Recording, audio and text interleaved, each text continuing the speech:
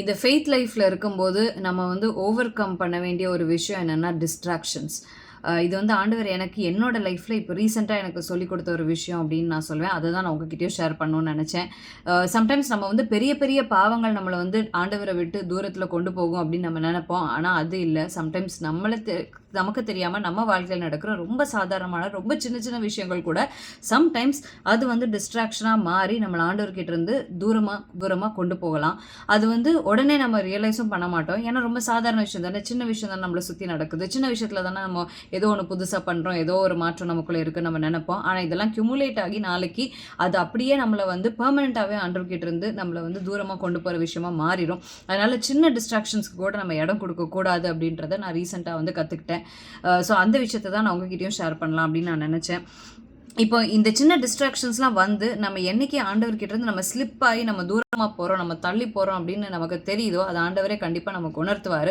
அப்படி நமக்கு ஆண்டவர் உணர்த்தும் போது நம்ம செய்ய வேண்டிய காரியம் என்ன அப்படின்றதையும் ஆண்டவரே நமக்கு சொல்கிறாரு. ஒரு ப்ராப்ளம் வரப்போதுன்னா அதுக்கான சொல்யூஷன் கண்டிப்பாக நமக்கு ஆண்டவர்கிட்ட தான் இருக்குது, ஆண்டவரோட வார்த்தையில் தான் இருக்குது.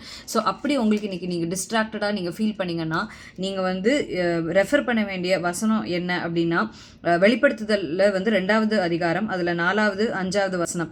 ஆனாலும் நீ ஆதியில் கொண்டிருந்த அன்பை விட்டாய் என்று உன் பேரில் எனக்கு குறையுண்டு. ஆகையால் நீ இன்ன நிலைமையிலிருந்து விழுந்தாய் என்பதை நினைத்து மனம் திரும்பி ஆதியில் செய்த கிரியைகளை செய்வாயாக. இல்லாவிட்டால் நான் சீக்கிரமாய் உன்னிடத்தில் வந்து நீ திரும்பாத பட்சத்தில் உன் விளக்கு தண்டை அதனிடத்திலிருந்து நீக்கி விடுவேன். அப்போ நம்ம எந்த இடத்துல இருந்து எந்த நிலைமையிலிருந்து நம்ம விழுந்தோமோ அதை நம்ம நினைச்சு மனம் திரும்பி ஆதியில் நம்ம செஞ்சு வந்த கிரியைகள் திருப்பியும் நம்ம செய்யணும் அப்படின்றது தான் அதற்கான சொல்யூஷன். ஸோ சின்ன டிஸ்ட்ராக்ஷனாக இருந்தால் கூட அதுக்கு இடம் கொடுக்காதீங்க. எந்த இடத்துல இருந்து நீங்கள் விழுந்தீங்களோ அதே இடத்துல அதை நினச்சி மனம் திருப்பி ஆண்டவர்கிட்ட ஓடி வந்துருங்க. ஸோ இதுதான் இதுக்கான ஒரே சொல்யூஷன். இது வந்து ஆண்டவர் எனக்கு சொல்லி கொடுத்தது. ஸோ நானும் திருப்பி என்னோட ட்ராக்குக்கு வந்து ஆண்டவர் வந்து உறுதியாக பிடிச்சுக்கணும் அப்படின்னு நான் நினைக்கிறேன். அதே தான் நான் உங்களுக்கும் ஷேர் பண்ணுறேன். So hope you find it as a useful reminder. Thank you. God bless you.